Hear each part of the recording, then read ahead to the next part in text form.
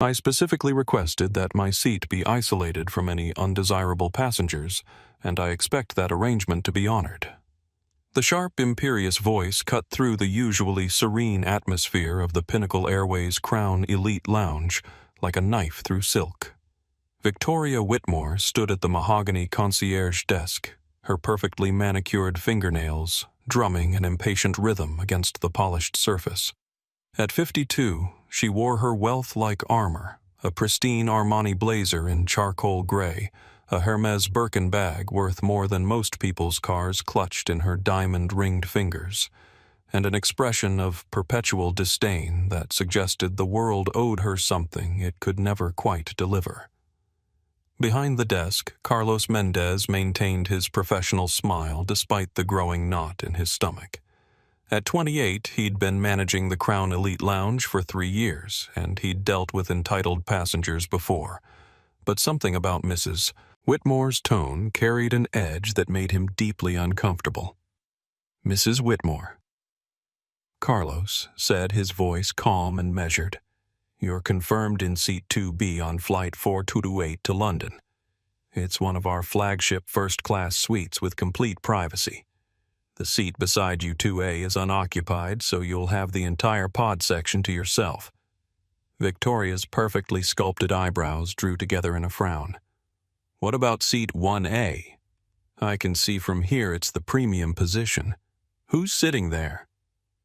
"We maintain strict passenger privacy policies," Carlos replied carefully. "I can confirm that your seating arrangement will provide the exclusive experience you've requested." "Don't give me corporate nonsense." Victoria snapped, her voice rising enough that other passengers in the lounge began to glance in their direction. "I pay $15,000 for these tickets. My husband Richard is a major investor in commercial real estate, including airport properties. When I ask a simple question, I expect a direct answer." In the far corner of the lounge, tucked into a high-backed leather armchair that seemed to swallow her slight frame, 19-year-old Jasmine Brooks looked up from her worn paperback copy of Leadership in Crisis. She wore an oversized gray hoodie with Harvard Medical emblazoned across the front in faded crimson letters, dark jeans that had seen better days, and scuffed white sneakers that looked like they'd walked through half of Boston.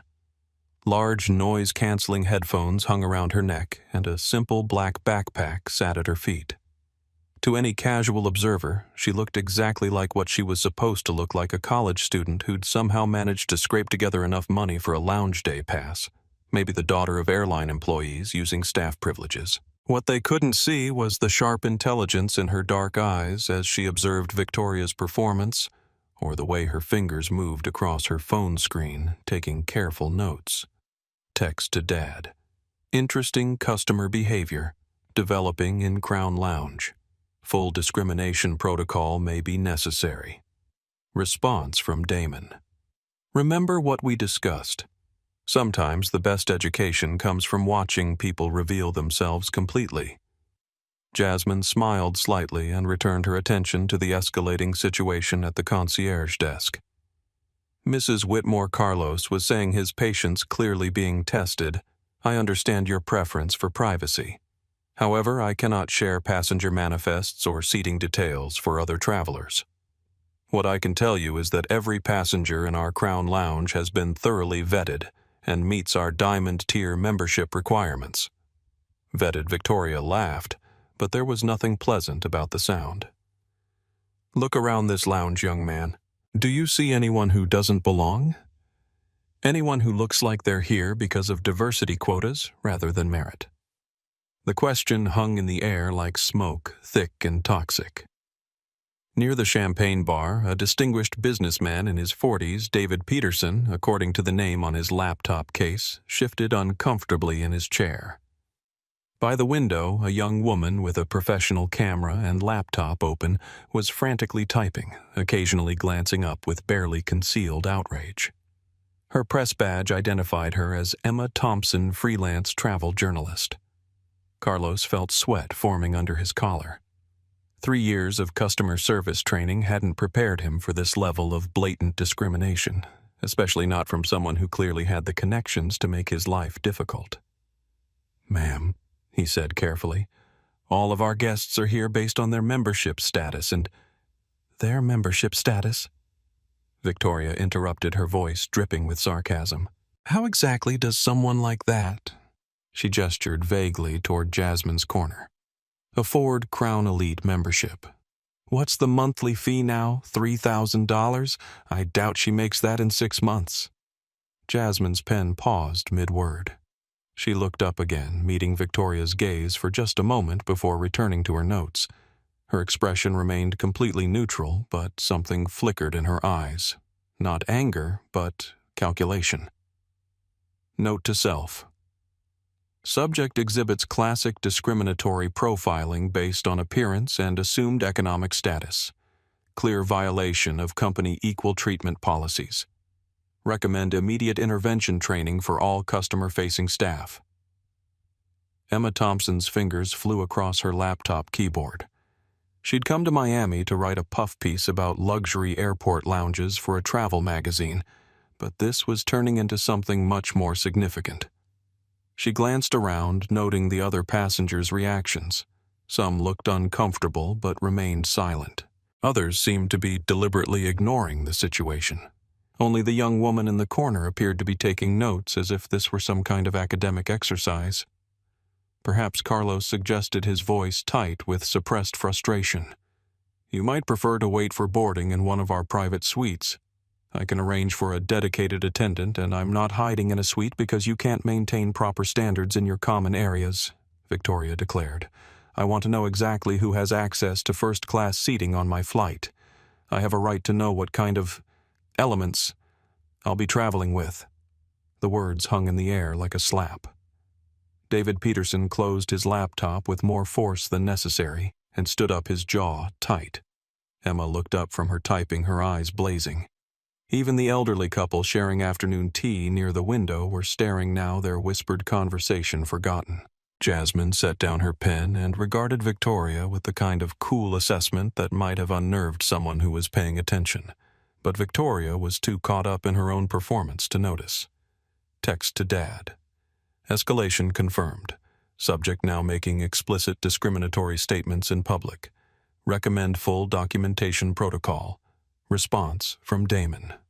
Are you prepared for the complete lesson? Once we start, we see it through to the end.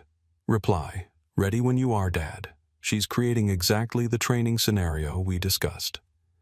At the concierge desk, Victoria was reaching into her Hermes bag and pulling out her phone. Perhaps I need to call your corporate office directly. I'm sure they'll be very interested to learn about the kind of clientele being admitted to their premium facilities. Carlos realized he was trapped between the rock of company policy and the hard place of an influential customer who clearly had no intention of backing down. He glanced around the lounge, hoping for some kind of inspiration, and caught sight of Jasmine watching the exchange with an expression of detached interest, as if she were studying a fascinating but predictable social phenomenon. Mrs. Whitmore. He tried one more time. I assure you that every guest in our lounge has earned their access through our standard membership criteria. Perhaps if you could specify your exact concerns.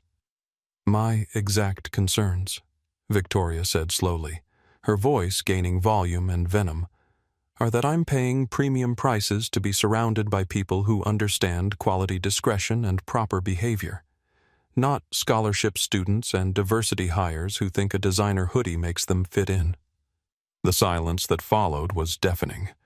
Emma's typing had stopped entirely. David was standing now, his hands clenched at his sides.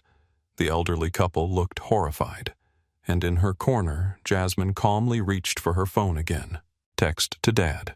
She just referred to other passengers as diversity hires and scholarship students. Full discrimination protocol is now active. Standing by for your authorization. Response from Damon, authorization granted. Let's see how far she's willing to dig this hole. Carlos looked helplessly around the lounge, finally understanding that he was witnessing something much larger than a simple customer service challenge. This was about to become a defining moment for everyone involved, though he had no idea just how defining it would turn out to be. Victoria, oblivious to the shift in the room's atmosphere, smiled with satisfaction. Now then, she said, her voice returning to its artificially sweet tone. Let's discuss my seating arrangement.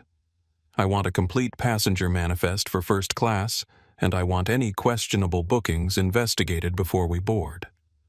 Behind her designer sunglasses, Emma Thompson started a new document on her laptop. This wasn't going to be a travel article anymore. This was going to be a story about the moment privilege met its match at 37,000 feet. And in her corner, Jasmine Brooks quietly closed her book and began preparing for the most important customer service assessment of her young career. Carlos, I want to speak with your manager. Immediately. Victoria's voice had taken on the particular tone that wealthy people used when they wanted to remind everyone around them exactly how much money was at stake in keeping them happy. She tapped her manicured nail against the desk's surface with increasing speed, a sure sign that her patience was wearing dangerously thin. Mrs. Whitmore. I am the lounge manager, Carlos replied, maintaining his professional composure despite the growing knot in his stomach. Perhaps I can help resolve whatever concerns you. Then get me your supervisor, the regional manager, someone with actual authority. Victoria's eyes swept the lounge like a queen surveying her domain. I pay more for a single round-trip ticket than most people make in 3 months. That should count for something in terms of service quality. At her table by the window, Emma Thompson discreetly adjusted her phone's position. She'd switched from typing notes to recording video, though she kept the camera angle focused on her laptop screen to avoid drawing attention. 3 years of freelance journalism had taught her to recognize when a situation was about to explode into something newsworthy. Ma'am, Carlos tried again. If you could help me understand your specific concerns about your seating arrangement, I'm sure we can. My specific concern. Victoria interrupted, her voice rising enough that the couple at the champagne bar turned to stare. Is that I'm seeing people in this lounge who clearly don't meet the financial requirements for Crown Elite membership. And if they're in here using some kind of staff privileges or diversity programs, I want to know what other accommodations are being made on my flight. David Peterson looked up from his laptop, his expression darkening. As a senior executive at a tech company that prided itself on inclusion initiatives, he recognized the coded language Victoria was using. She wasn't just complaining about service, she was making assumptions about people based on their appearance and expressing those assumptions in increasingly ugly terms. In her corner, Jasmine appeared completely absorbed in her book, but she was actually listening to every word while composing careful observations on her phone. Her father had taught her that the most valuable business intelligence often came from watching how people behaved when they thought no one important was watching. Note: subject escalating from implicit bias to explicit discriminatory language. Clear pattern of economic elitism combined with racial profiling. Staff member caught between policy compliance and customer appeasement. Classic service industry dilemma. Text to Dad. She's demanding to see passenger manifests and questioning other guests' right to be here. Should I maintain cover? Response from Damon. Yes. Let her reveal the full scope of her character. Sometimes people need to see the complete picture to understand why change is necessary. Victoria pulled out her phone and began scrolling through her contacts. Richard, she said when someone answered, her voice carrying clearly across the now quiet lounge. Yes, darling, I'm at Miami International and I'm having issues with the service staff. No, they're being completely unreasonable about a simple request for passenger information. Carlos felt his pulse quicken. He'd been trained to handle difficult customers, but he'd never encountered someone who seemed determined to create problems where none existed. Worse, he was starting to realize that Victoria wasn't just entitled, she was actively looking for reasons to complain about other passengers. Mrs. Whitmore, he said, trying to regain control of the situation. I understand your desire for information, but our privacy policies exist to protect all passengers, including yourself. If someone were to request details about your booking, I'm sure you'd appreciate that confidentiality being maintained." Victoria waved dismissively at Carlos while continuing her phone conversation. "Richard, listen to me. I'm sitting in a supposedly exclusive lounge, and there are people here who clearly don't belong. I'm talking about obvious diversity placements and staff family members taking up space that paying customers should have access to." The words hit the lounge like a cold wind. The elderly couple by the window looked genuinely shocked. David Peterson closed his laptop entirely and stood up, his corporate training warring with his personal sense of right and wrong. Even the bartender had stopped polishing glasses and was staring at Victoria with undisguised disapproval. Emma Thompson's recording captured Victoria's words clearly, along with the reaction of everyone around her. She'd covered enough stories about discrimination to know that this was about to become much bigger than a simple customer service complaint. "Yes," Victoria continued, oblivious to the effect her words were having on the room, "I want you to call whoever you know at Pinnacle Airways Corporate. These lounge managers clearly don't understand that exclusivity means something." "No, I'm not being unreasonable. I'm being a customer who pays for premium service and expects premium company." Jasmine looked up from her book for the first time since Victoria's phone call began. Their eyes met across the lounge for just a moment, Victoria's filled with entitlement and superiority, Jasmine's calm and assessing. Then Jasmine returned to her reading, but not before making another note on her phone. Observation. Subject now involving external pressure from husband's connections to intimidate staff and bypass policy. Clear escalation pattern. Recommend immediate intervention before boarding begins. Text to Dad. She's calling in favors to pressure staff. This is going exactly as we discussed in our training scenarios. Response from Damon Perfect. Real-world training is always more valuable than simulations. Continue observation. Victoria ended her phone call and turned back to Carlos with a satisfied smile. "My husband is contacting his associates at Pinnacle Airways Corporate. I expect this situation to be resolved very quickly." She gestured vaguely toward Jasmine's corner. "Starting with a review of how lounge access is being granted to people who clearly can't afford it legitimately." Carlos felt trapped.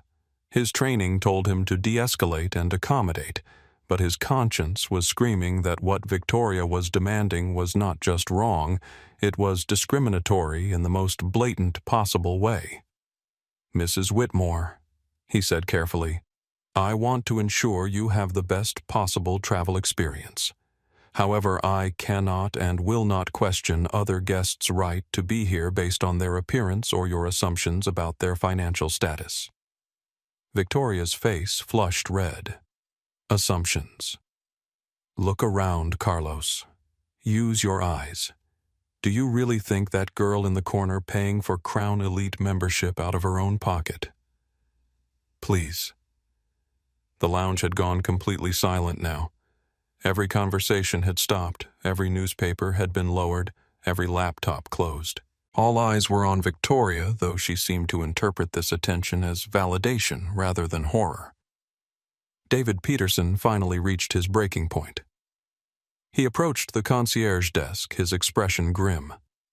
"Excuse me," he said, his voice loud enough for everyone to hear, "but I'm finding it difficult to enjoy my pre-flight experience while listening to someone question other passengers' right to exist in the same space."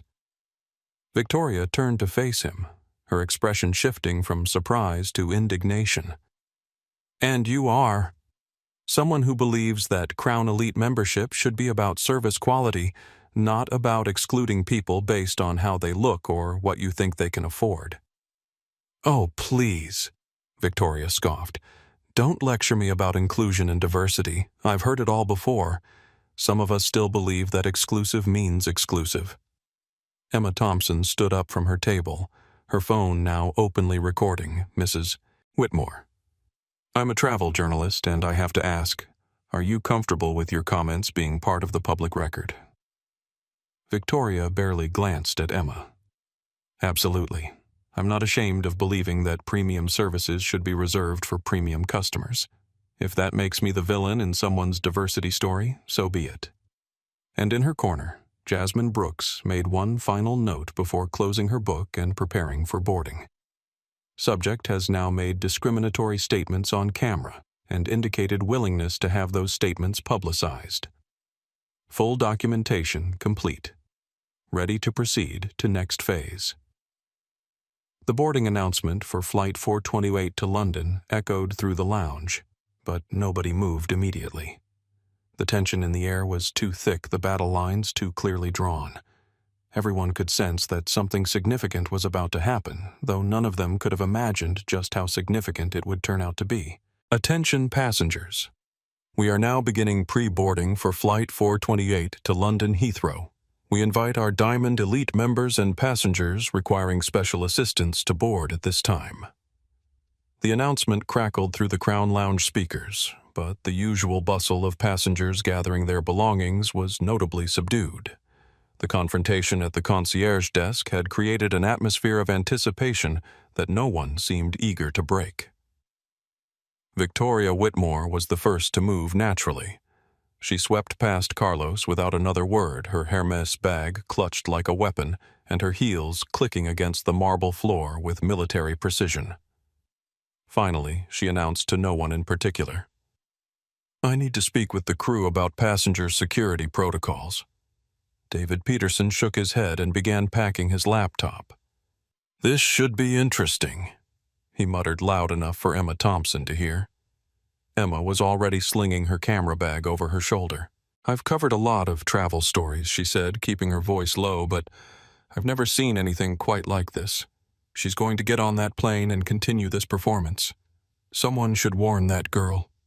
David glanced toward Jasmine's corner. She has no idea what she's walking into. But Jasmine was already standing calmly shouldering her backpack and checking her phone one final time. To everyone watching, she looked like any other young passenger. Maybe a little nervous about the flight ahead, certainly outclassed by the luxury around her. What they couldn't see was the message thread between her and her father, or the way her fingers moved with practiced efficiency across the screen. Text to Dad. Boarding commencing. Subject has made discriminatory statements on record and indicated intent to continue on aircraft. Recommend full protocol activation. Response from Damon crew has been briefed to observe but not intervene unless safety becomes an issue. Captain Riley is aware this is a customer experience assessment. Your call on timing. Reply understood. Maintaining cover through initial confrontation phase. Carlos watched the passengers file out of the lounge with a growing sense of dread. He'd called his supervisor about Victoria's behavior, but he'd been told to accommodate the customer within reason and avoid any incidents that might reflect poorly on the airline. He had a sinking feeling that avoiding incidents was about to become impossible. The jet bridge buzzed with the usual pre-flight energy as passengers queued according to their boarding groups. Victoria, of course, had pushed her way to the very front of the line despite the fact that Diamond Elite boarding was supposed to be orderly and dignified. She tapped her foot impatiently while the gate agents checked boarding passes and processed the few passengers ahead of her. "First class seat 2B, she announced when she reached the podium, as if the agent might not be able to read her boarding pass. "I need to speak with the flight crew immediately about passenger screening procedures." The gate agent, a young woman named Maria who'd been working for Pinnacle Airways for 2 years, smiled professionally. "Of course, Mrs. Whitmore. The crew will be happy to assist you once you're seated. Enjoy your flight." Victoria didn't move. "You don't understand. I need to speak with them before other passengers board. There's been a security issue in the lounge." Maria's smile faltered slightly. "A security issue? Should I contact—" No. Victoria waved impatiently. "Not that kind of security. I mean passenger vetting. People boarding with tickets they can't possibly afford legitimately." Behind Victoria, the line was backing up. Passengers were checking their phones and looking annoyed. David Peterson, who was 3 people back, caught Emma Thompson's eye and shook his head in disbelief. "Ma'am," Maria said carefully, "if you have concerns about another passenger, I can arrange for you to speak with. Just let me on the plane. Victoria snapped. "I'll handle this myself."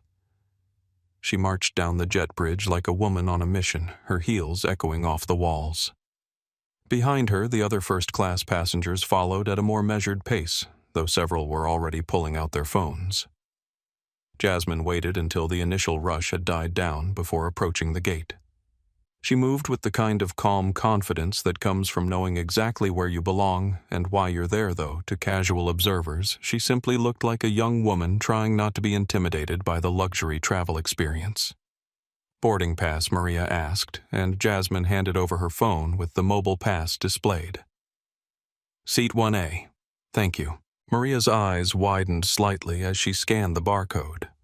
Seat 1A was the flagship suite, the most expensive seat on the aircraft.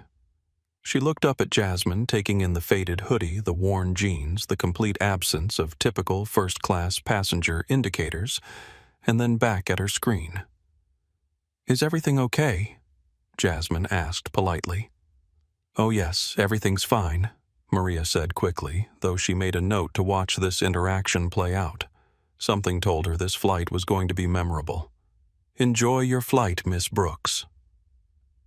The first-class cabin of Pinnacle Airways Flight 428 was a masterpiece of modern aviation luxury. 12 private suites arranged in a 1-1-1 configuration, each with sliding doors for complete privacy, lie flat beds, 32-inch 4K entertainment screens, and amenities that rivaled high-end hotels. The lighting was soft and warm, designed to reduce travel stress and create an atmosphere of exclusive comfort.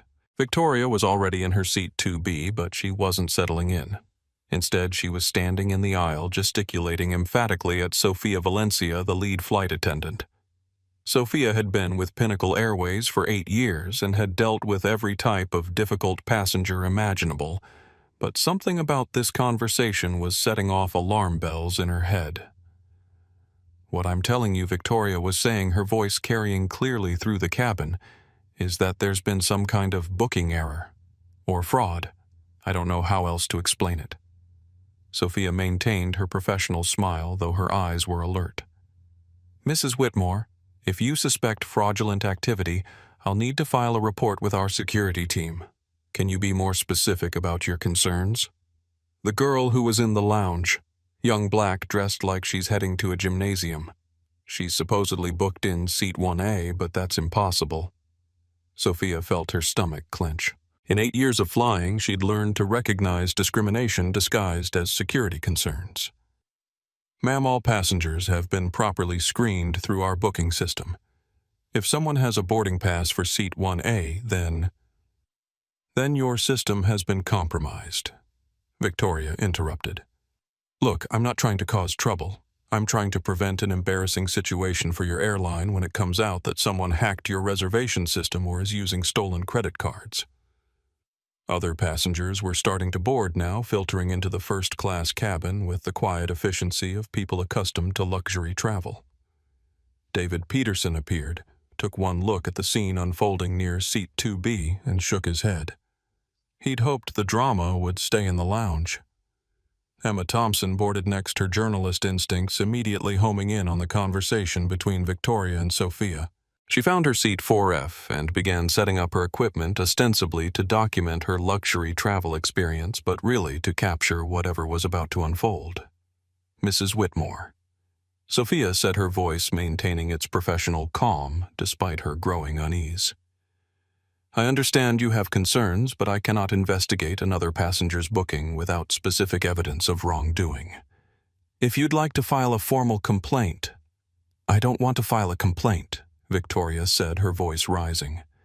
"I want you to verify that girl's ticket before she sits down in a seat that costs $12,000. The cabin went quiet. The few passengers who had boarded were now openly staring. Even the cabin crew were exchanging worried glances. This was the kind of situation that could escalate quickly and end up on social media within hours. And then Jasmine appeared. She stepped into the first-class cabin with her backpack over one shoulder and her boarding pass in her hand, completely unaware that she was walking into the middle of a brewing storm. The contrast was immediate and stark. Victoria, in her designer armor, standing in the aisle like an avenging angel of exclusivity, and Jasmine in her college student uniform, looking around for her seat with the kind of wide-eyed appreciation that suggested she'd never flown first class before. Victoria spotted her immediately. "There," she said, pointing with barely contained triumph. "That's exactly what I'm talking about." Jasmine paused, following Victoria's gesture and realizing that somehow she'd become the center of attention in a cabin full of strangers. Her training kicked in observe, assess, respond strategically, though she maintained the slightly confused expression of someone who had no idea what was happening. "Excuse me," Jasmine said politely, looking between Victoria and Sophia. "Is there a problem?" Victoria stepped forward, her expression a mixture of vindication and barely controlled outrage. "Yes, there's a problem. You're in the wrong cabin." Jasmine glanced down at her boarding pass, then at the seat numbers visible on the suites around her. "I'm looking for seat 1A. "Exactly my point," Victoria announced to the cabin at large. "Look at her. Look at this situation. Does anyone really believe that girl paid $12,000 for a first-class ticket to London?" The silence that followed was devastating. It wasn't the quiet of a luxury cabin settling in for departure. It was the silence of people witnessing something they knew was wrong but weren't sure how to address. Emma Thompson's finger hovered over her phone's record button. David Peterson looked like he was fighting an internal battle between intervention and self-preservation. Jasmine stood in the center of it all, her expression carefully neutral, though anyone who knew her well would have recognized the subtle signs of her analytical mind shifting into high gear. This was it, the moment her father had prepared her for. The test that would determine not just her own character, but the character of everyone around her. "Ma'am," she said calmly, addressing Victoria directly, "I have a confirmed reservation for seat 1A. Is there some reason you think I shouldn't be here?" Victoria laughed, but there was nothing pleasant about the sound. Besides the obvious. Besides the fact that you look like you've never seen the inside of a first-class cabin before, let alone paid for one. "Sophia?" Valencia felt the situation slipping out of control. Her training told her to de-escalate, but her conscience was telling her that what she was witnessing was discrimination pure and simple. She looked at Jasmine. Young, composed, clearly. Uncomfortable, but handling herself with remarkable grace, and made a decision that would define the rest of the flight. Mrs. Whitmore Sophia said firmly, "I need you to return to your seat. All passengers have been properly screened and their reservations confirmed. There is no security issue here. No security issue." Victoria's voice rose to a pitch that made several passengers wince. "Look around, Sophia. Use your eyes. That girl doesn't belong here any more than I belong in coach." And that's when Jasmine Brooks made her first strategic decision. Instead of revealing her identity, instead of ending the confrontation with a simple phone call to her father, she looked Victoria in the eye and said the words that would set the tone for everything that followed.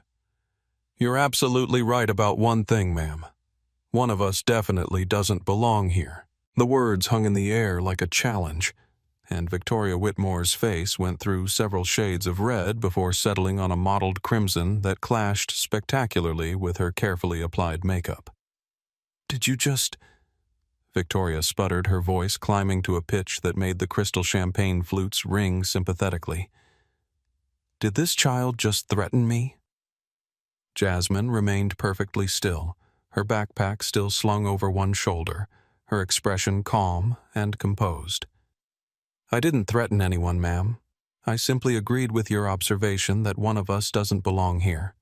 I guess we'll see which one it is." Emma Thompson's finger finally found the record button on her phone. She'd covered enough stories to know when she was witnessing something that would matter beyond the immediate moment, and every instinct she'd developed over 3 years of freelance journalism was screaming that this was going to be significant. Mrs. Whitmore Sophia Valencia interjected, her voice carrying the kind of firm authority that comes from years of managing difficult situations at 37,000 feet. "I really must insist that you take your seat." We have other passengers boarding and other passengers. Victoria interrupted, wheeling around to face Sophia with renewed fury. Yes, let's talk about that. How many other passengers on this flight received their tickets through diversity programs or employee discounts? How many are actually paying the full fare? David Peterson, who had been trying to mind his own business while unpacking his laptop, finally looked up. Ma'am, I couldn't help but overhear. And I have to say— You have to say what? Victoria snapped, her attention shifting to him like a heat-seeking missile. That you support fraud in the name of inclusion. That airlines should give away premium seats to people who can't afford them just to make some kind of social statement.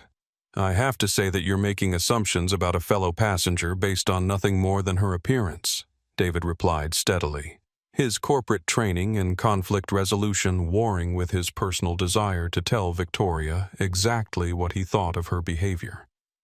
And frankly, those assumptions say more about your character than hers.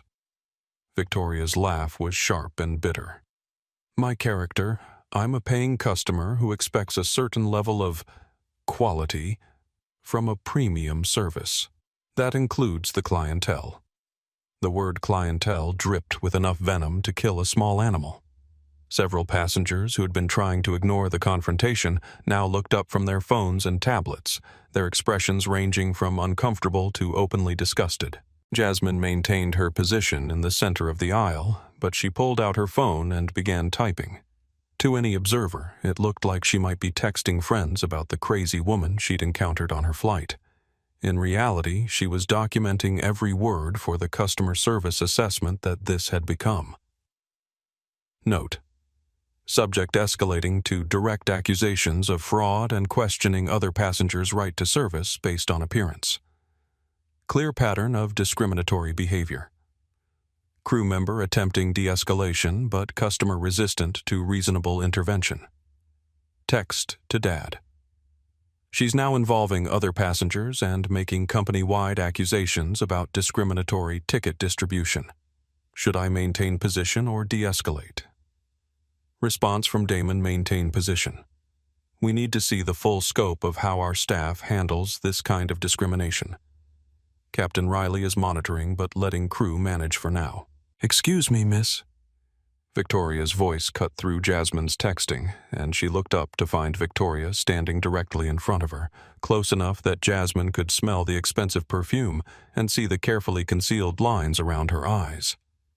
I asked you a question earlier. How exactly did you pay for this ticket? Jasmine blinked slowly, her expression remaining neutral. I'm sorry, but I don't think that's any of your business. It's everyone's business when fraud is involved, Victoria shot back. I've been flying first class for 15 years and I know the demographic. Young girls in hoodies don't spend $12,000 on airline tickets. So either you're flying on someone else's dime or you found a way to game the system. Sophia Valencia felt sweat forming under her uniform collar. This was rapidly approaching the point where she would need to call the captain, and she knew from experience that captain involvement usually meant someone was getting removed from the aircraft. The problem was she wasn't entirely sure who would be doing the removing. Mrs. Whitmore. She tried again. I really cannot allow you to interrogate another passenger about their personal finances. If you have genuine security concerns, I can arrange. Security concerns. Victoria whirled around again, her movement so sudden that her designer handbag swung out and nearly clipped Jasmine in the shoulder. Yes, I have security concerns. I have concerns about how your airline verifies passenger identity and payment methods. I have concerns about who's allowed in crown lounges and first-class cabins. Her voice was rising with each word, and passengers throughout the cabin were now openly staring. The boarding process had slowed to a crawl as people lingered in the aisle, sensing drama unfolding. Emma Thompson adjusted her phone's angle to better capture the scene while pretending to check her social media. Her followers were going to lose their minds when she posted this footage. She could already see the headlines, entitled, "Karen Melts Down Over Young Black Woman in First Class." Let me ask everyone here a simple question, Victoria announced, turning to address the cabin at large like she was holding a town hall meeting. Look at this situation. Look at her, she gestured at Jasmine, and tell me if you honestly believe she paid for that seat with her own money. The request hung in the air like a toxic cloud. Several passengers shifted uncomfortably in their seats. Others pulled out their phones, some to record, others to text friends about the unbelievable scene they were witnessing. David Peterson stood up. Ma'am, what I believe is that you've crossed several lines of common decency. And common decency? Victoria's voice hit a note that probably scared small children in nearby airport terminals. What about the common decency of honest passengers not having to subsidize someone else's vacation through diversity quotas and charity tickets? That's when the first passenger decided they'd heard enough. An elderly gentleman in seat 3A, Marcus Wellington, according to his luggage tag, cleared his throat loudly. Young lady, he said, his voice carrying the authority of 8 decades of refusing to tolerate nonsense. I don't know what's gotten into you, but you're making a spectacle of yourself and embarrassing everyone within earshot. Victoria spun around to face him. I'm making a spectacle. I'm not the one pretending to belong somewhere. I clearly don't fit. No, Marcus replied calmly. You're just the one assuming that belonging is determined by skin color and clothing choices. In my day, we called that prejudice. The word prejudice hit the cabin like a lightning bolt. Several passengers gasped audibly. Emma Thompson's livestream viewer count, which she had started as an afterthought, suddenly jumped from 12 viewers to over 200. Jasmine watched the exchange with the detached fascination of an anthropologist studying human behavior. Every word, every reaction, every choice made by passengers and crew was providing valuable data about how Pinnacle Airways handled discrimination incidents. Her father had been right. Sometimes the most valuable lessons came from letting people reveal their true character under pressure. Note: multiple passengers now engaged. Elderly passenger defending target of discrimination. Subject becoming increasingly aggressive and explicitly discriminatory. Recommend immediate intervention if escalation continues. Victoria, apparently realizing that the room was turning against her, decided to double down rather than retreat. Fine, she announced, her voice dripping with contempt. If everyone wants to pretend this is normal, if everyone wants to ignore the obvious fraud happening right in front of us, then I'll handle this myself. She pulled out her phone and began dialing. Richard. Yes, it's me. I need you to call your contact at Pinnacle Airways Corporate immediately. We have a situation. The conversation that followed was loud enough for half the cabin to hear, and every word made the situation worse. I'm telling you, this is clearly some kind of diversity program gone wrong. No, I'm not being dramatic. There's a girl here who looks like she should be cleaning the cabin, not flying in it. Yes, I said cleaning. Look at her. The sharp intake of breath from multiple passengers was audible. Even some of the flight crew who had been trained to remain neutral in passenger disputes were now staring at Victoria with undisguised shock.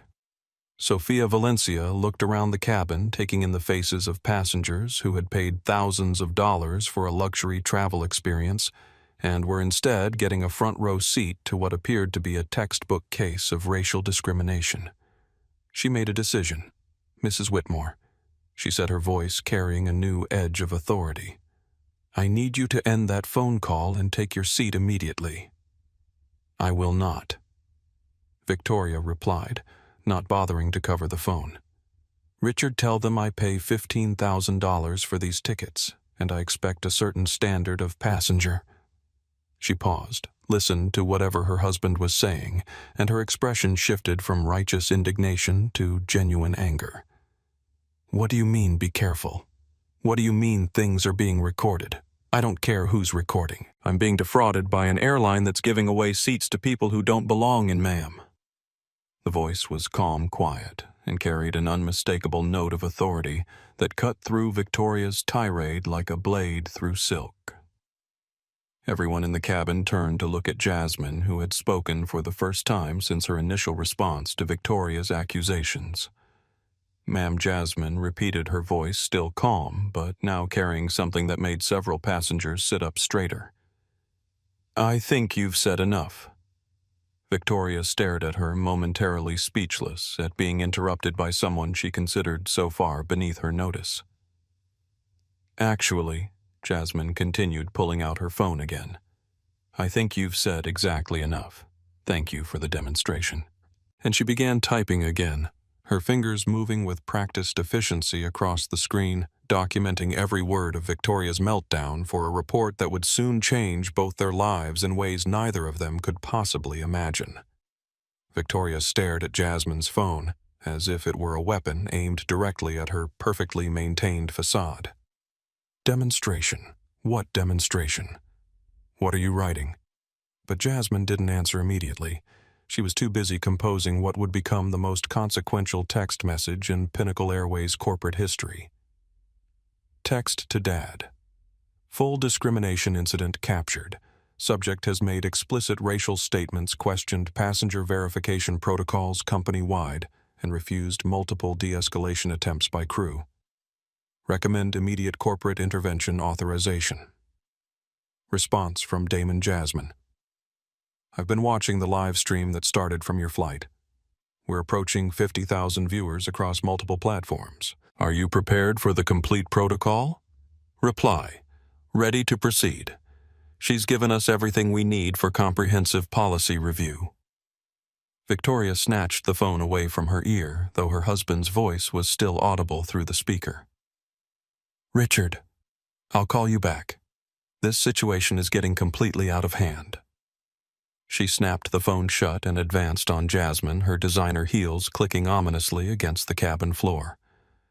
I asked you a question, young lady. What are you writing about me? Jasmine looked up from her phone with an expression of mild curiosity, as if Victoria were an interesting but ultimately insignificant phenomenon. I'm taking notes on customer behavior patterns for a service quality assessment. This has been very educational. Service quality assessment. Victoria's voice pitched higher. Who do you think you are? Some kind of undercover inspector? Please, you're probably posting on social media about how you scammed your way into first class. Emma Thompson, whose own social media was exploding with reactions to her live coverage, looked up from her phone.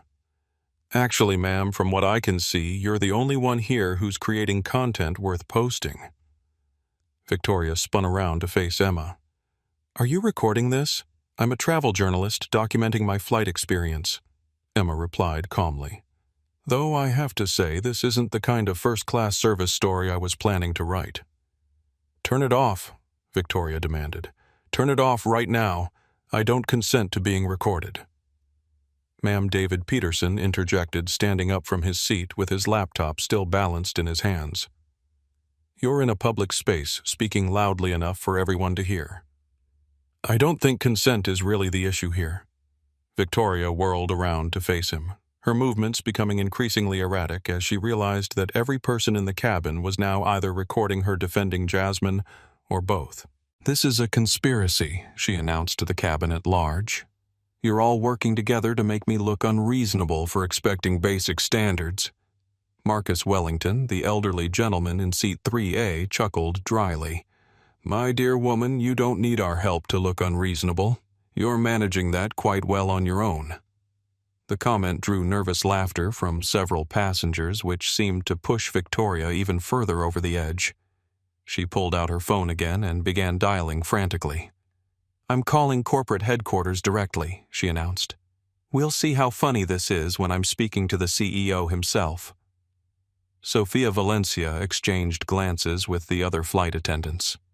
This situation had progressed far beyond anything in their training manuals, and she was beginning to wonder if they would actually make it to London without someone being removed from the aircraft. Mrs. Whitmore. She tried one more time, perhaps. If you could just take your seat, we can. My seat. Victoria's laugh was sharp enough to cut glass. I'm not sitting down until this fraud is exposed and removed from the aircraft. Hello? Yes, I need to speak to someone in executive customer relations at Pinnacle Airways. No, I won't hold. This is an emergency. While Victoria berated whoever had answered her call, Jasmine continued her documentation, though now she was also coordinating with her father's executive team. Text chain with Corporate Communications Director Elena Martinez. Jasmine, we're monitoring multiple social media streams from your flight. Current viewer count across platforms exceeding 75,000 and climbing. Legal wants to know if we're proceeding with full disclosure protocol. Jasmine's subject has now made explicit threats about exposing fraud and contacted corporate directly. She's demanding CEO intervention. Perfect setup for reveal. Elena. Your father is in the boardroom with senior staff. We're ready to coordinate response the moment you give authorization. Jasmine. Stand by. She's not done digging yet. Victoria's phone conversation was growing louder and more aggressive by the moment. I don't care if the CEO is in a meeting. I pay more for a single ticket than most people make in a month, and I'm being subjected to fraudulent passengers and incompetent crew. Yes, fraudulent. Look at her. Does she look like she belongs in first class? Emma Thompson's live stream had now been picked up by several major social media accounts, and the comments were pouring in faster than she could read them. Pinnacle Air. Karen was already trending, and videos from the lounge incident were being shared thousands of times per minute. Emma's stream comments. OMG, this woman is insane. That poor girl just trying to get to her seat. Someone needs to stop this. This is why I fly. Southwest. Call the CEO. Karen David Peterson, who had been silently composing his own social media post about the incident, finally published it to his LinkedIn account where his 15,000 followers included several senior executives from major corporations. LinkedIn post. David Peterson, Senior Director. Tech Innovation Corp. Currently witnessing the most blatant display of racial discrimination I've ever seen on a commercial aircraft. Passenger interrogating young black woman about how she really paid for her first-class ticket. This is 2024, people. Do better. #dignity, #inclusion, #pinnacle. Air. The post began gaining traction immediately, with comments and shares multiplying by the minute. Meanwhile, Victoria had apparently been transferred to someone higher up the corporate chain because her demeanor suddenly shifted from demanding to triumphant. Yes, thank you for taking my call personally. I've been a Diamond Elite member for 8 years, and my husband Richard Whitmore has significant business relationships with airport properties. Yes, that. Richard Whitmore. Now let me explain what's happening on Flight 428. Jasmine watched Victoria's performance with the kind of fascination usually reserved for nature documentaries about predators who didn't realize they were being hunted. Every word Victoria spoke was being recorded not just by passengers, but by the aircraft's internal communication system, which automatically logged calls made to corporate headquarters for quality assurance purposes. I'm telling you, Victoria continued, her voice carrying clearly through the cabin, this is exactly the kind of situation that damages premium brand reputation. When paying customers can't trust that their fellow passengers have legitimately earned their seats. She paused, listening to whoever was on the other end of the line, and her expression shifted from confident to confused to slightly worried. What do you mean be very careful about accusations? I'm not making accusations, I'm reporting obvious fraud. No, I don't have specific evidence of credit card fraud. But look at the situation. What passenger manifest? Why would I need to see? Hello? Hello? Victoria stared at her phone in disbelief. They hung up on me. They actually hung up on me. Sophia Valencia, who had been listening to the entire conversation with growing alarm, felt a knot forming in her stomach. In 8 years of flying, she'd never heard a passenger make that kind of demand to corporate headquarters, and she'd certainly never heard of corporate hanging up on a Diamond Elite member, Mrs. Whitmore, she said carefully. Perhaps we should. Perhaps we should. What Victoria's composure was beginning to crack in earnest now. Perhaps we should pretend that airlines giving away premium seats to people who can't afford them is normal. Perhaps we should ignore the fact that I'm being forced to subsidize someone else's vacation through my ticket price. Marcus. Wellington cleared his throat again. Young lady, I've been flying first class since before you were born, and I can assure you that how someone pays for their ticket is between them and the airline. Your concerns are inappropriate and frankly embarrassing. Embarrassing? Victoria's voice hit a pitch that probably registered on seismographs in nearby states. What's embarrassing is watching an airline compromise its standards for the sake of political correctness. That's when Captain James Riley's voice crackled over the cabin intercom system. Ladies and gentlemen, this is your captain speaking. We're currently experiencing a slight delay in our departure while we address some passenger concerns. We appreciate your patience and expect to be underway shortly. The announcement was routine, but passengers familiar with airline protocols recognized it as a warning that something significant was happening. Delays for passenger concerns usually meant someone was about to be removed from the aircraft. Victoria apparently recognized this as well because she suddenly became even more agitated. "They're going to try to remove me," she announced to the cabin. "They're going to remove the paying customer to protect their diversity program." Jasmine finally looked up from her phone, and for the first time since the confrontation began, she smiled. It wasn't a mocking smile or a triumphant smile. It was the kind of smile someone gives when they realize a long and complex test has finally reached its conclusion, Mrs. Whitmore. She said, her voice carrying a new quality that made several passengers lean forward to listen. "I think you've misunderstood something fundamental about this situation." Victoria stared at her. "What?" "You keep talking about paying customers and people who don't belong here." Jasmine continued, standing up and adjusting her backpack. "But you haven't asked the most important question." "Which is?" Jasmine's smile widened slightly. "Which is, what if the person you're trying to remove actually owns the airline?" The silence that followed was so complete that the only sound in the cabin was the gentle hum of the aircraft's ventilation system and the distant rumble of jet engines warming up on nearby runways. Victoria's face went through several colors before settling on a pale gray that matched her expensive handbag.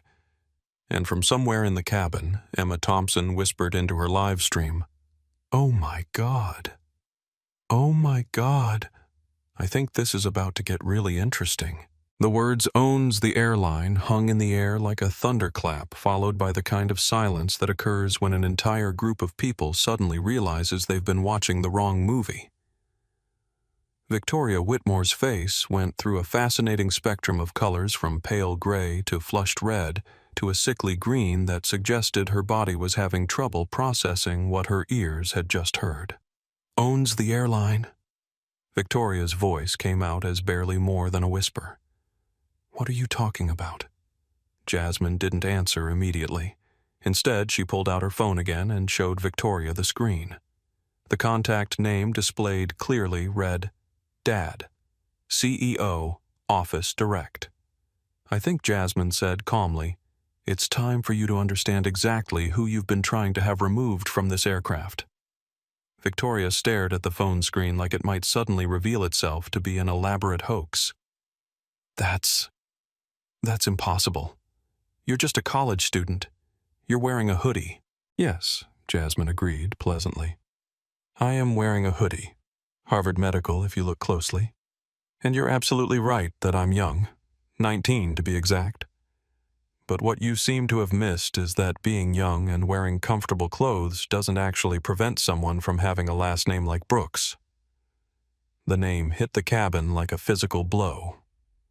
Brooks, as in Damon Brooks, founder and CEO of Pinnacle Airways, as in the man whose face appeared on the covers of aviation magazines and business journals around the world, as in the billionaire entrepreneur who had built one of the most successful airlines in aviation history. Emma Thompson's live stream viewership counter was climbing so fast it looked like a broken odometer, 127,000 viewers, and rising. Her comment section had exploded into complete chaos, with people tagging friends, sharing the stream, and demanding updates every few seconds. Brooks. David Peterson looked up from his laptop, his expression shifting from confused to amazed to something approaching awe, as in Damon Brooks. The CEO, Jasmine, nodded. My father, yes. Victoria seemed to be having trouble processing this information. She stood in the center of the aisle, swaying slightly, her designer handbag clutched to her chest like a shield against reality. But you look like... She trailed off, apparently finally realizing that finishing that sentence would only make her situation exponentially worse. Like what Jasmine asked, her voice still perfectly calm, but now carrying an undertone that suggested Victoria should choose her next words very, very carefully. Sofia Valencia felt like she was watching a car accident in slow motion. She'd dealt with difficult passengers before, but she'd never seen someone dig themselves this deep a hole and then keep digging. Her training told her to intervene, but her instincts told her that this situation was now far beyond anything in the flight attendant manual. Mrs. Whitmore. She tried her voice barely above a whisper. Perhaps you'd like to take your seat now. But Victoria was too deep into her meltdown to accept the escape route. This is a setup, she announced to the cabin, her voice rising to a pitch that made several passengers wince. This is all a setup to make me look bad. Marcus Wellington, the elderly gentleman who had been quietly observing the entire debacle, let out a bark of laughter.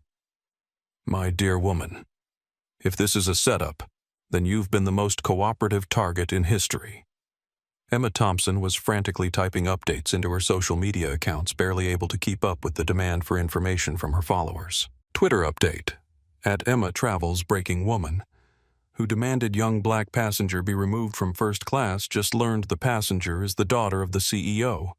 This is not a drill. #Pinnacle. Air Karen. #Instant Karma. Retweets. 15,000 and climbing comments. 8,000 likes, 45,000. Victoria pulled out her phone again, her hands shaking so badly she could barely hold it. Richard, we have a problem. A big problem. Her husband's voice was loud enough for nearby passengers to hear through the speaker, and he didn't sound happy. Victoria, what have you done? I just got 3 calls from people at the airport authority saying you're all over social media having some kind of meltdown. It's not a meltdown, Victoria shrieked. I'm being set up. This girl, she's supposedly the CEO's daughter, but that's impossible because she looks like Victoria. Her husband's voice cut through her explanation like a knife. Stop talking, right now. Whatever you're about to say, don't say it. But Victoria was past the point of taking advice. She looks like she should be cleaning the plane, not flying in it, and now she's claiming to be Damon Brooks' daughter. It's ridiculous. The sharp intake of breath from multiple passengers was audible throughout the cabin. Even the flight crew, who had been trained to remain neutral in passenger disputes, were now staring at Victoria with undisguised horror.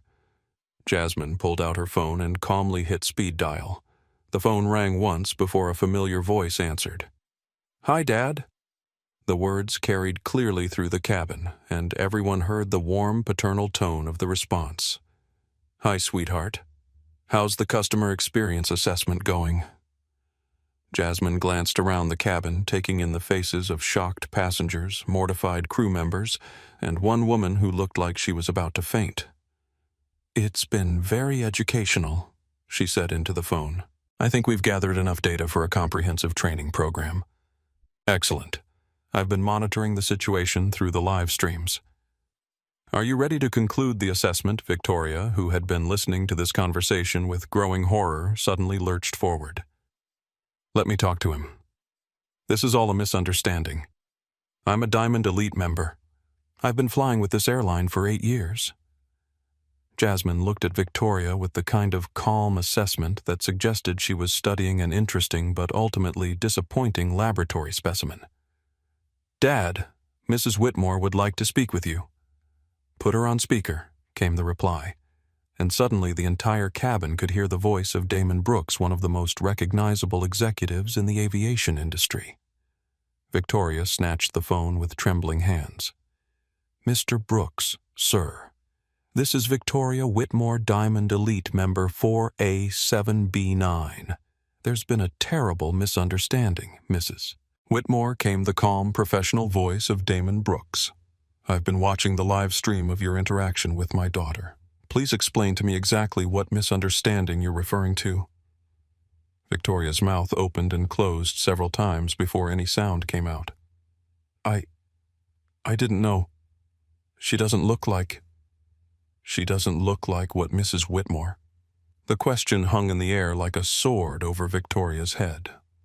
Everyone in the cabin was staring at her, waiting to see if she would actually finish that sentence. "She doesn't look like she belongs in first class," Victoria finally whispered. The silence that followed was deafening. When Damon Brooks spoke again, his voice carried the kind of quiet authority that built billion-dollar companies and changed entire industries. "Mrs. Whitmore, my daughter, has been conducting a customer service assessment for our new Inclusion and Dignity training program. Your behavior today has provided us with an invaluable case study in exactly the kind of discrimination we're working to eliminate from our industry." Victoria's face was now completely white except for two bright red spots on her cheeks. "Sir, I was just trying to ensure the integrity of your premium services. By questioning a 19-year-old passenger about how she really paid for her ticket, by demanding that crew members investigate her based solely on her appearance, by stating on a recorded live stream that she looks like she should be cleaning the plane." Each question hit Victoria like a physical blow. She looked around the cabin desperately, as if searching for allies, but found only faces ranging from disgusted to fascinated to openly contemptuous. Emma Thompson's viewer count had now passed 200,000, and major news outlets were beginning to pick up the story. Her phone was buzzing constantly with interview requests from CNN, Fox News, NBC, and every major aviation publication in the world. "Mr. Brooks." Victoria tried one more time, her voice breaking. "I've been a loyal customer for 8 years. I've spent hundreds of thousands of dollars with your airline." "Yes, Mrs. Whitmore, you have. And as of today, that business relationship is permanently terminated. You are banned from all Pinnacle Airways flights, lounges, and services effective immediately." The words hit the cabin like an explosion. Several passengers gasped audibly. David Peterson actually stood up to get a better view of Victoria's reaction. Even the flight crew seemed stunned by the swift and decisive nature of the punishment. Victoria staggered backward, her designer heels catching on the cabin carpet. "You can't do that. I'm a paying customer. I have rights. You have the right to be treated with dignity and respect." Damon Brooks replied calmly, "And you have forfeited any claim to that same treatment through your behavior toward my daughter and other passengers. Sophia." The flight attendant jumped at hearing her name called. "Yes, sir. Please arrange for Mrs. Whitmore to be removed from the aircraft. Security should be standing by." And Sophia, "Thank you for maintaining your professionalism throughout this incident. We'll be discussing your promotion when you return to Miami." Sophia's eyes filled with tears. In 8 years of flying, she'd never been personally recognized by the CEO, let alone offered a promotion. Victoria looked around the cabin one more time, taking in the faces of passengers who were openly recording her humiliation, crew members who could barely conceal their satisfaction, and most prominently, the young woman in the gray hoodie who had just destroyed her life with calm, methodical precision. "This isn't over," Victoria said, though her voice lacked any real conviction. "My husband has connections. We'll fight this." Jasmine, who had been quietly observing the final stages of Victoria's meltdown, finally spoke again. "Mrs. Whitmore, I think you should know something else." Victoria turned to look at her desperation clear in her eyes. "This entire incident is now part of our customer service training database.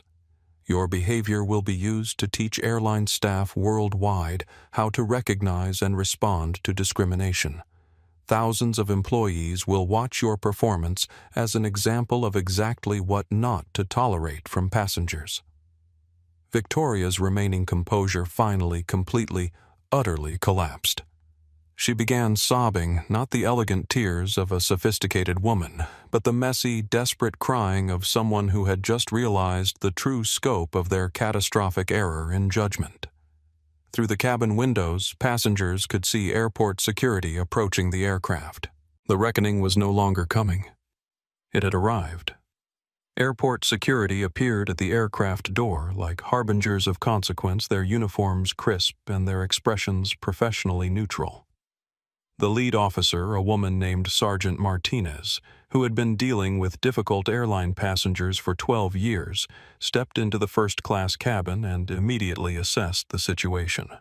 One woman sobbing hysterically while clutching a designer handbag. One young passenger sitting calmly in her seat looking like she'd just finished a particularly interesting homework assignment. 12 other passengers with their phones out recording everything, and a flight crew that looked like they'd just witnessed something they'd be talking about for the rest of their careers. Mrs. Whitmore, Sergeant Martinez's voice cut through Victoria's sobs like a professional blade. "I'm going to need you to gather your belongings and come with us." Victoria looked up from her hands, mascara streaking down her cheeks in dark rivers. "Please, you don't understand. I made a mistake. I didn't know who she was. I'm not a racist person, I just—" "Ma'am," Sergeant Martinez interrupted gently but firmly, "I'm not here to discuss the incident. I'm here to escort you off the aircraft per the airline's request." Emma Thompson was frantically updating her social media followers, barely able to keep up with the explosive growth in engagement across all platforms. Instagram Live update: security is here to remove her. She's crying and saying she didn't know who the girl was, as if that somehow makes her behavior okay. Current viewer count 267,000 and climbing. This is the most insane thing I've ever witnessed. Comments were pouring in faster than Emma could read them. This is instant karma at its finest. She ruined her own life in real time. That girl in the hoodie is my hero. How do you not recognize your own airline's CEO daughter? This woman literally destroyed herself on camera. David Peterson was composing what would become one of the most shared LinkedIn posts in corporate history. I just witnessed the most extraordinary example of how prejudice can destroy someone's life in real time. A passenger on my flight spent an hour harassing a young black woman, demanding she be removed from first class because she looked like she didn't belong there. That young woman turned out to be the daughter of the airline's CEO. The prejudiced passenger has been banned for life and escorted off by security. This is what accountability looks like. Character is revealed under pressure. #leadership, #accountability, #justice, #pinnacle air. Meanwhile, Jasmine was having her own text conversation with her father's executive team, coordinating the corporate response that would reshape how the entire aviation industry handled discrimination incidents. Corporate Crisis Management Thread.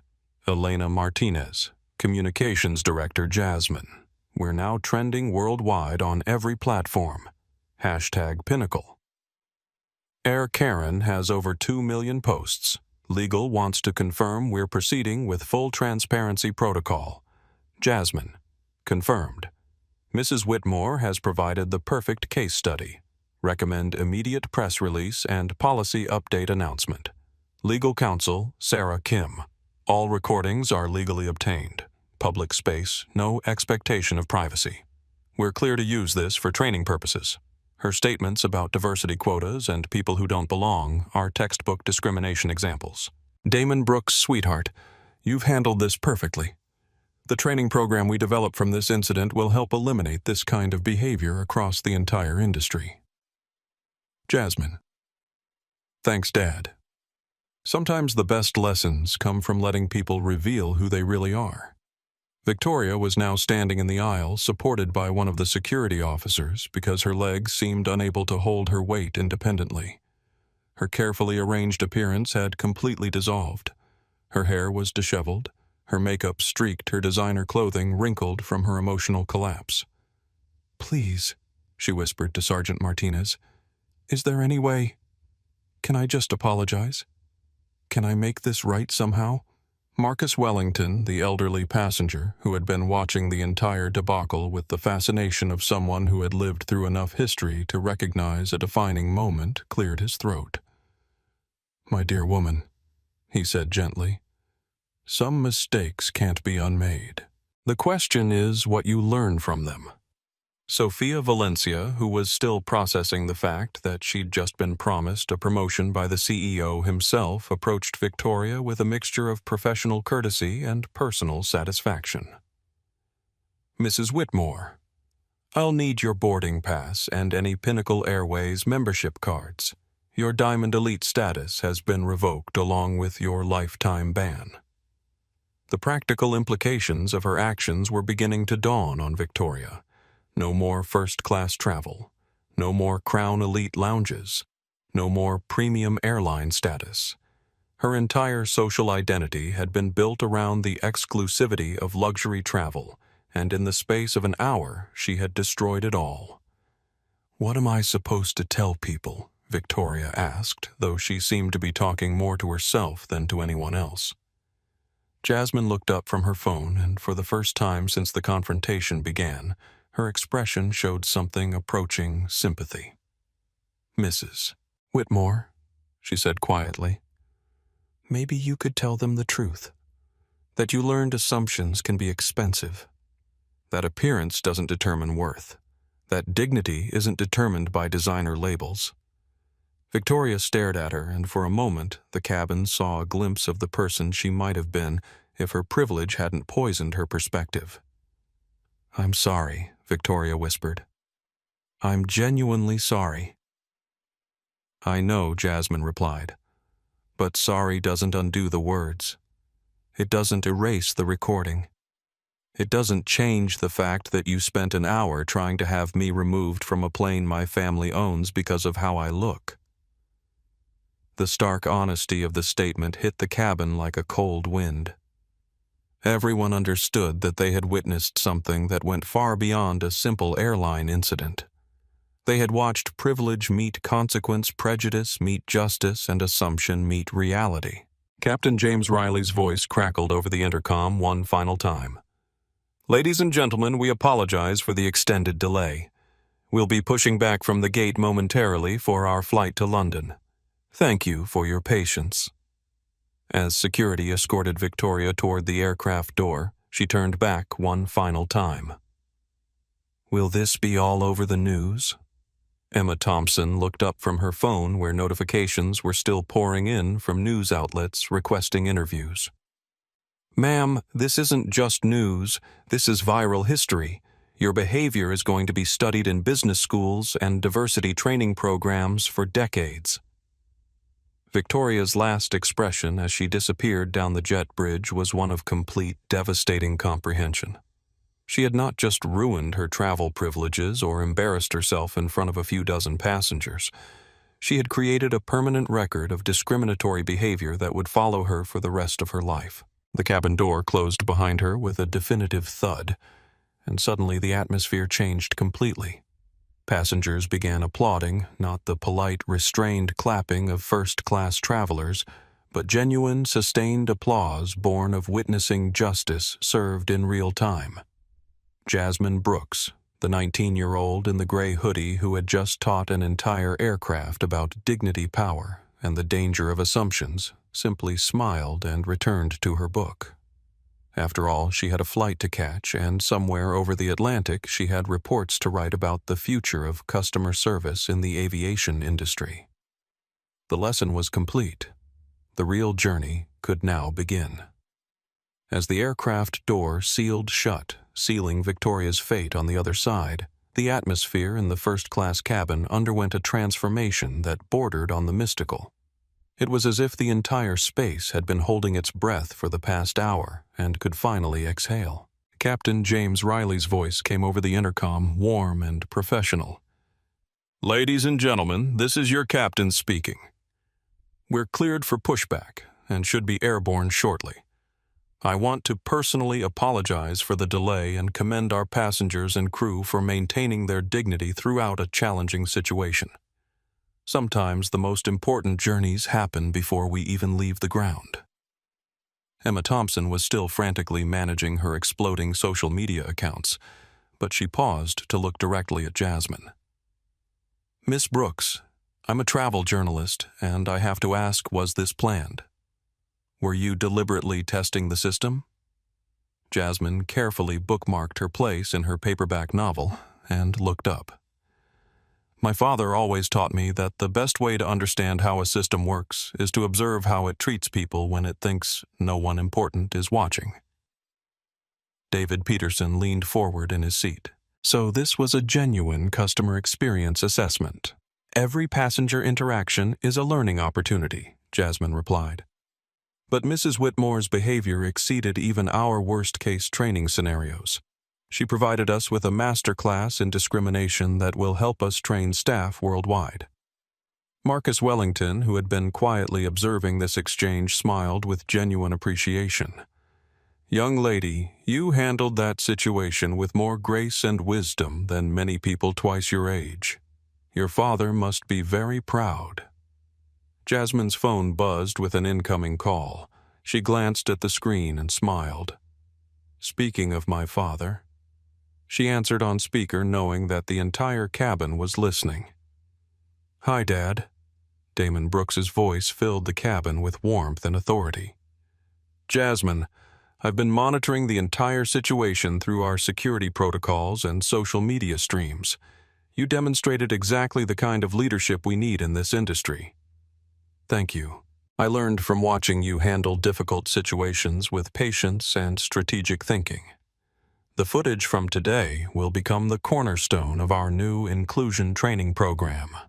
Mrs. Whitmore unknowingly volunteered to demonstrate every form of passenger discrimination we need to eliminate from commercial aviation." Sophia Valencia, who had been listening to this conversation with growing amazement, finally spoke up. "Mr. Brooks, sir. This is Flight Attendant Valencia. I want to thank you for your support during the incident. Sophia, you maintained perfect professionalism while watching a passenger verbally assault my daughter. That takes character. Report to my office Monday morning to discuss your new position as Senior Training Coordinator for Customer Relations." Sophia's eyes filled with tears. "Sir, thank you. This means everything to me." Emma Thompson was documenting every word of this conversation, while simultaneously fielding interview requests from major news networks. Her phone was buzzing so constantly it sounded like an angry bee trapped in a jar.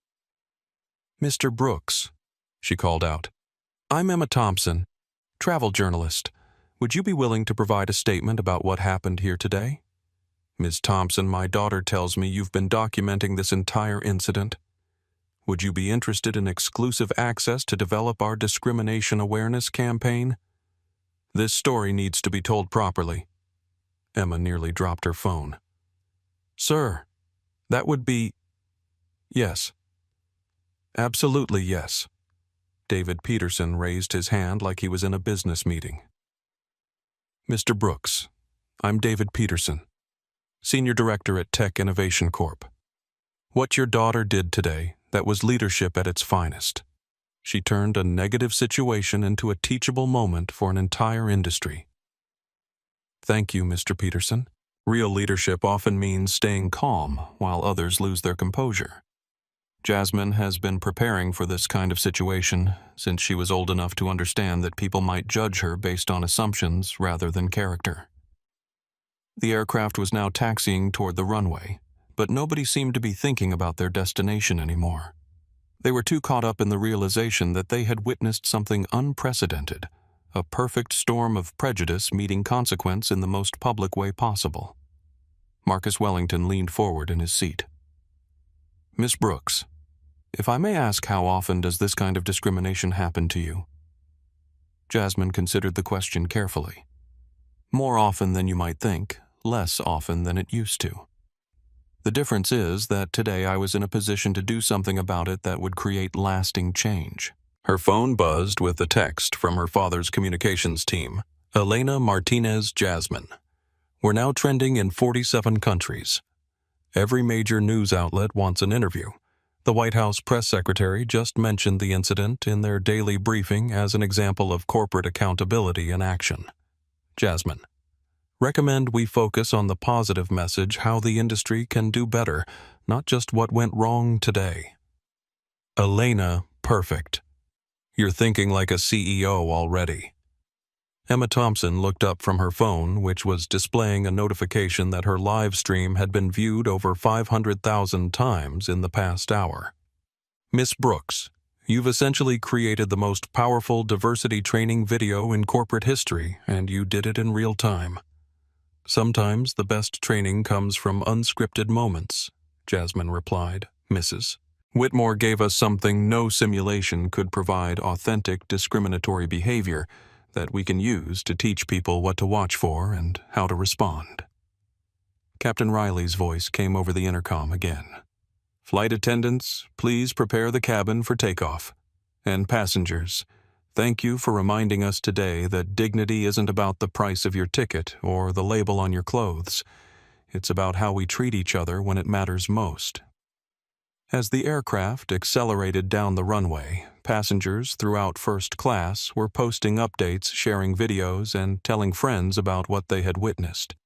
The story was spreading across the internet like wildfire, but unlike most viral incidents, this one carried a message of hope rather than just outrage. Social media explosion, Twitter trends, #Pinnacle, Air Justice, 2.3M posts, #Dignity Not Designer. 1. 8M posts, #CEOs. Daughter wins. 956K posts, #Assume Nothing. 823K posts. Instagram. Emma Thompson's live stream. Highlight 1.2M views in 2 hours. David Peterson's LinkedIn post, 45K shares. And climbing TikTok, #Storytime. In first class, 876K videos and growing. As the aircraft climbed through 10,000 feet, Jasmine Brooks, the 19-year-old in the gray Harvard medical hoodie who had just revolutionized airline customer service training, opened her book again and returned to her reading. But not before sending one final text to her father-dad. I think we're ready to change the industry. Response. You already have, sweetheart. You already have. The real journey to London was just beginning, but the journey toward a more dignified flying experience for everyone had already reached cruising altitude. The Pinnacle Airways corporate headquarters in Atlanta erupted into controlled chaos the moment Victoria Whitmore was escorted off Flight 428. In the executive boardroom, Damon Brooks stood before a wall of monitors, displaying real-time social media feeds, news updates, and internal communication streams. Ladies and gentlemen, he said to the assembled senior staff, we have just witnessed the most effective customer service training demonstration in aviation history. And it cost us nothing but the price of removing one discriminatory passenger. Elena Martinez, the communications director, was fielding calls from major news networks while simultaneously coordinating the company's response strategy. Sir, CNN wants an exclusive interview. So do Fox Business, NBC, BBC, and about 30 other outlets. What's our messaging priority? Simple Damon replied, watching the live feed from Flight 428 as it climbed toward cruising altitude. This is about accountability, dignity, and the future of inclusive travel. My daughter didn't reveal her identity to embarrass Mrs. Whitmore. She revealed it to demonstrate that respect should be universal, not dependent on who you know. Meanwhile, back on the aircraft, passengers were discovering that their experience was far from over. Sophia Valencia approached each first-class passenger with handwritten apology notes and vouchers for future travel, but more importantly with a request. Excuse me, she said to David Peterson. Mr. Brooks would like to know if you'd be willing to participate in our new Passenger Advocacy Council. We're creating an advisory board of frequent travelers to help us develop better policies for handling discrimination incidents. David looked up from his laptop, where he was still composing social media posts about the incident. Are you serious? After what I just witnessed, I'd be honored to help make sure this never happens to anyone else. Similar conversations were happening throughout the cabin. Marcus Wellington was invited to share his perspective as a longtime traveler who had witnessed decades of changing social attitudes in aviation. Even passengers in economy class were being approached by flight attendants who had heard about the incident through crew communications. Emma Thompson's phone was buzzing so constantly that she finally had to put it on silent just to concentrate. Major news outlets were offering her unprecedented access and compensation for her footage and first-hand account. Text from CNN producer Emma: "Your live stream is the most compelling real-time documentation of workplace discrimination we've seen. Would you be interested in hosting a prime-time special on discrimination in travel?" Text from publishing agent Emma: "I represent several best-selling authors. Your story could be a book. Are you interested in discussing representation?" But Emma was more interested in the message she'd just received from Pinnacle Airways corporate communications team, Elena Martinez. "Ms. Thompson, would you be interested in developing an exclusive documentary series about discrimination in travel?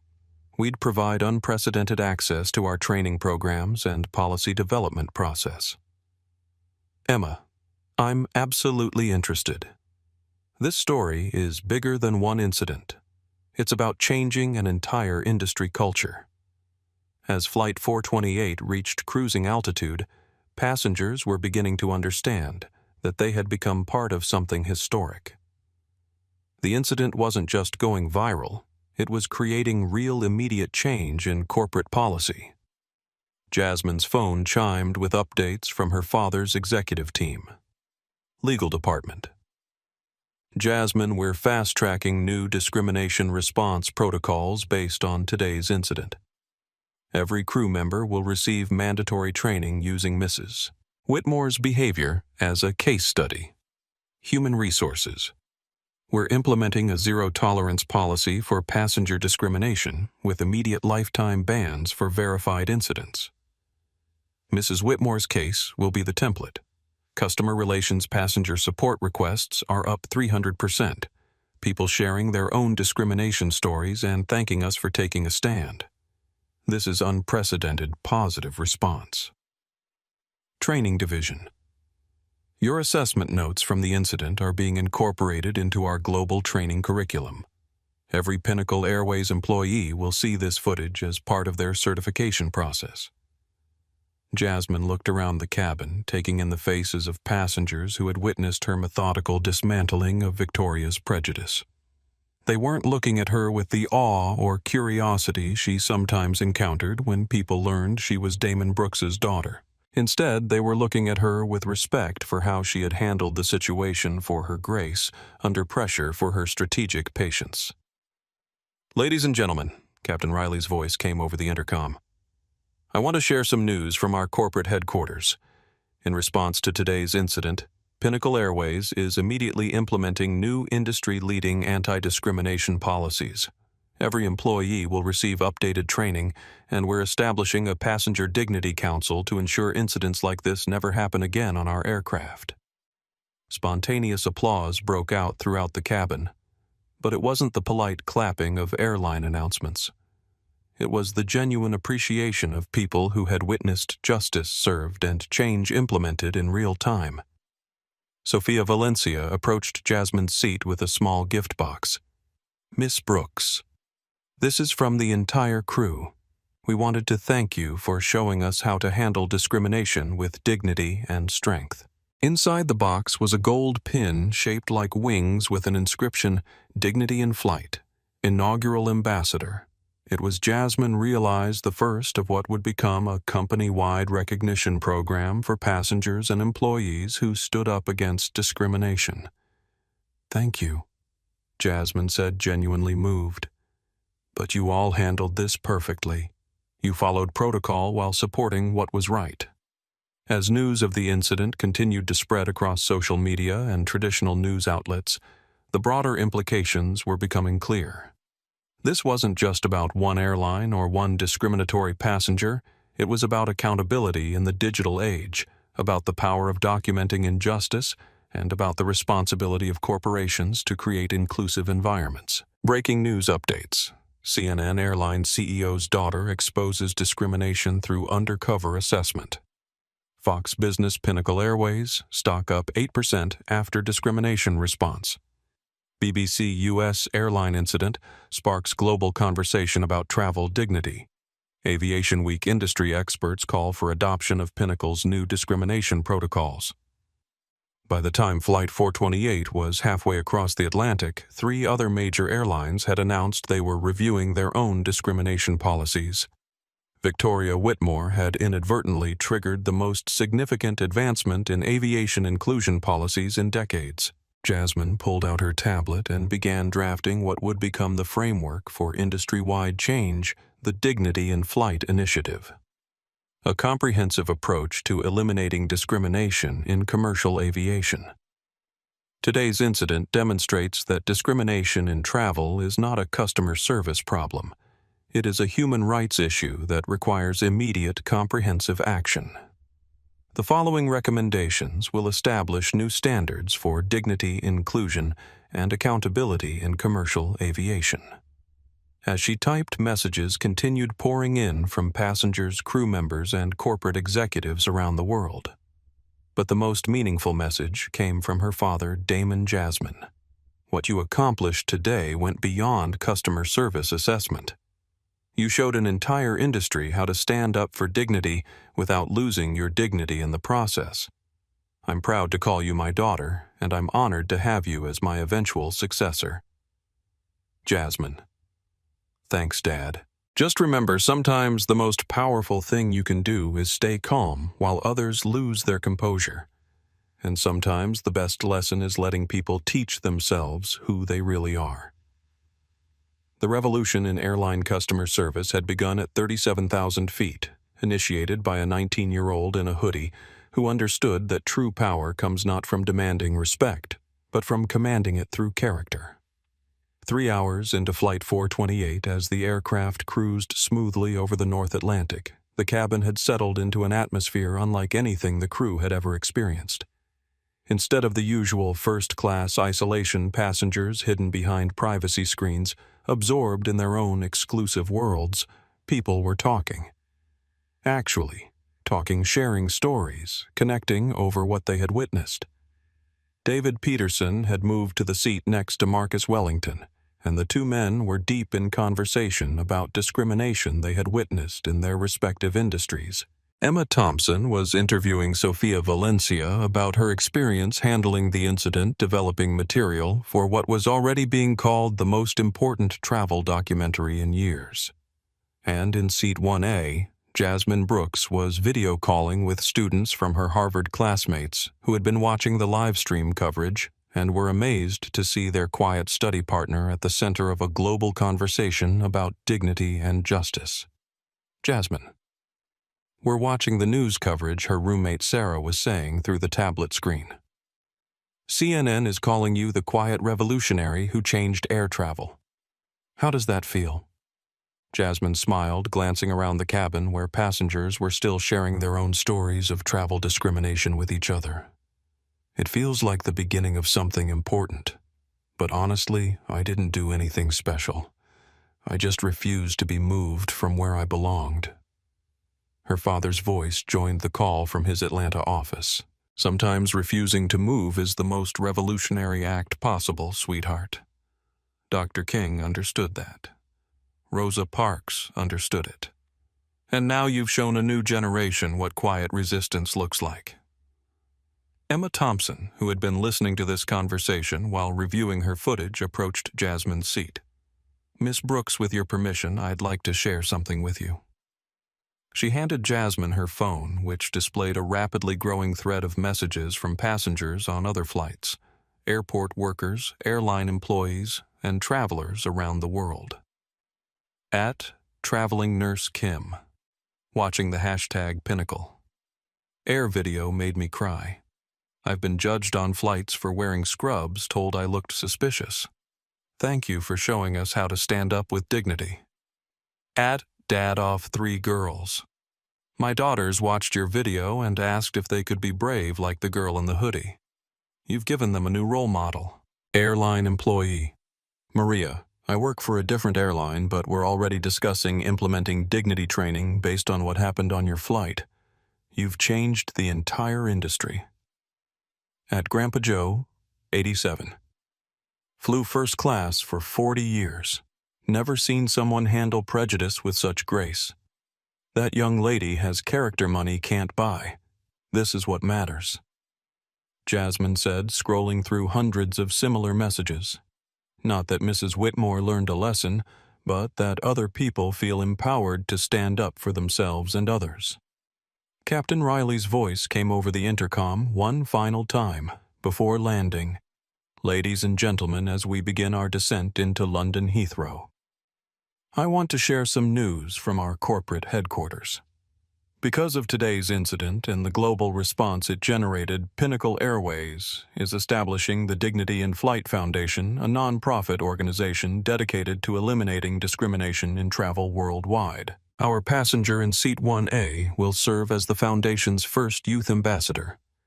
The applause that followed was sustained and heartfelt, but Jasmine was already thinking beyond the recognition. She was thinking about the airline employees who would receive better training, the passengers who would feel safer standing up to discrimination, the industry-wide changes that would make travel more dignified for everyone. As the aircraft touched down at Heathrow, passengers began gathering their belongings, but the energy in the cabin remained electric. People were exchanging contact information, planning to stay connected, committed to continuing the conversation that had started in the sky.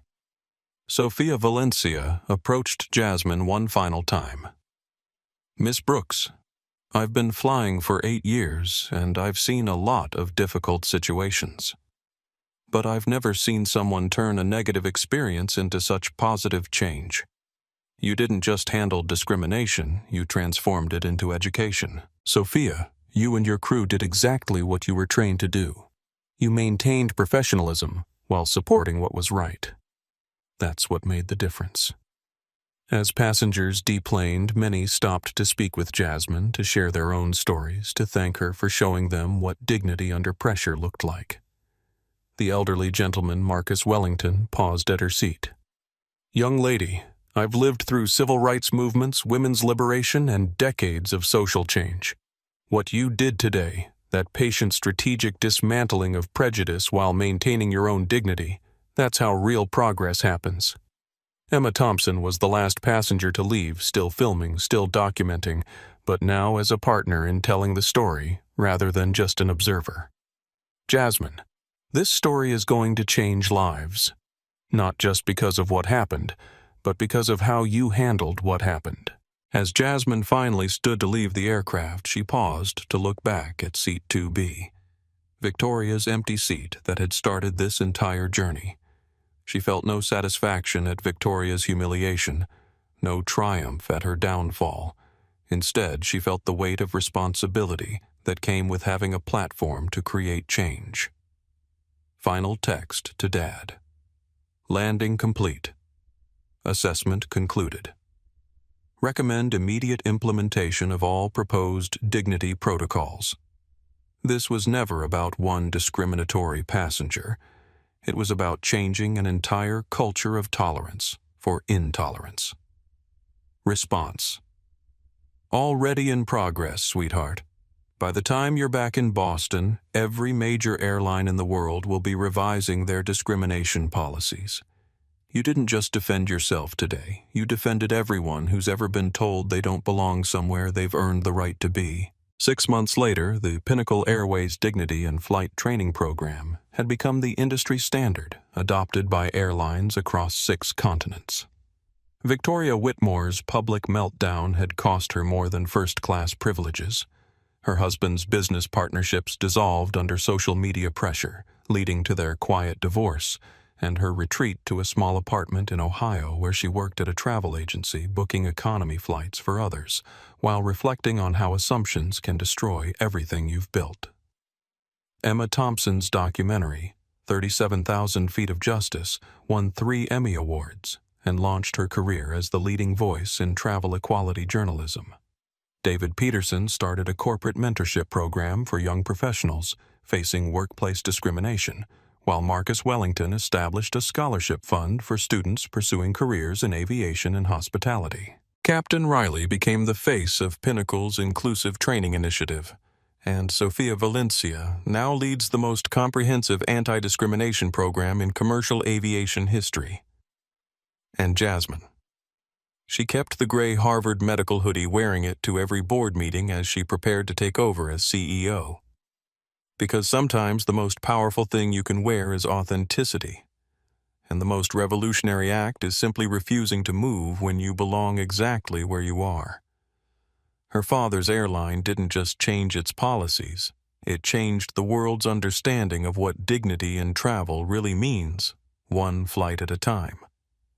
If this story moved you, if it reminded you that dignity isn't about designer labels or ticket prices, but about how we treat each other when it matters most, then please hit that like button. Share this video with someone who needs to hear that standing up for what's right doesn't require raising your voice. Sometimes the most powerful response is simply refusing to move when you belong exactly where you are. Subscribe to our channel if you believe in stories that show how ordinary moments can become extraordinary when someone chooses courage over comfort. And remember, the next time someone tries to make you feel like you don't belong somewhere, you've earned your place. Think of Jasmine Brooks in her Harvard medical hoodie, calmly proving that true class isn't about what you wear or what you pay, it's about who you choose to be when nobody thinks you have the power to change everything. Hit that notification bell, because the best stories aren't just entertainment. They're blueprints for building a world where everyone can fly with dignity, no matter what they're wearing or where they came from. Thanks for watching, and remember, assumptions can be expensive, but dignity is always free.